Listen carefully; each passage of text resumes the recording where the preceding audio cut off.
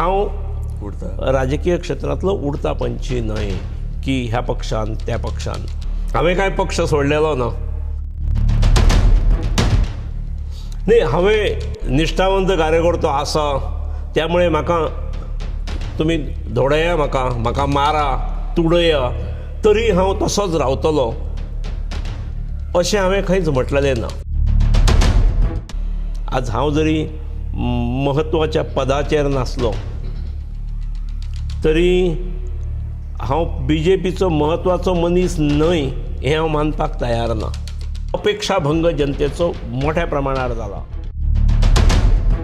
सरकार करता आसतना आमी मिटयो मारल्यान, सरकार करता आसतना म्हाका हेंच खातें जाय तेंच खातें जाय कंडिशन्स घालून आयल्यात जाल्यार मागीर जर त्या सरकारचे कितें नेगेटिविटी आसात त्योय शेअर आनी शोल्डर करपाची मोठेपण आसूंक जाय घटक पक्षान. इनेबिलिटी म्हज्यात आसा का अन्य कोणाच्यात आसा ही पळोवची आनी त्या प्रमाणे तिकेट दिवची ही म्हजी प्रामाणीक इच्छा आसा. पयलीं शिता आदी मीठ कित्याक घेतलो, पार्टीन निर्णय घेवचो.